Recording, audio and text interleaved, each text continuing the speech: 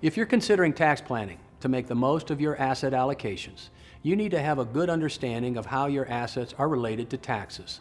A good way to gain a basic understanding is by considering the concept of 4 tax buckets. The first bucket is your taxable bucket.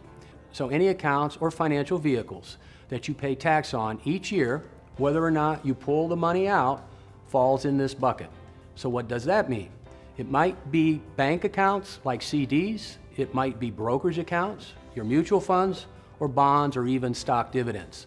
Anything that gives you a 1099 each year, even though you didn't pull the money out, maybe you're just reinvesting, that falls in this taxable bucket. The second bucket is your tax-deferred bucket. Generally speaking, there are 3 primary vehicles that fall in the tax-deferred bucket. Qualified retirement plans, that's your 401ks, your 403bs, 457s, and IRAs.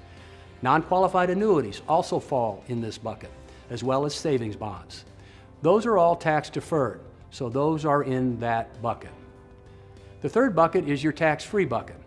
There are 3 financial vehicles that are currently tax-free: municipal bonds, Roth IRAs, and properly structured life insurance. Now notice I said properly structured life insurance. Nothing else is tax-free. In fact, municipal bonds are not always tax-free, but for the most part, they are.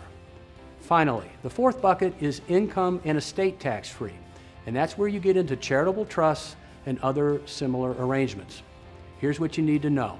If you want to reduce taxes on your assets over time, you need to move assets to the right. A common mistake many people make if their objective is to reduce their tax liability is often right here. They have a majority of their assets in qualified retirement plans.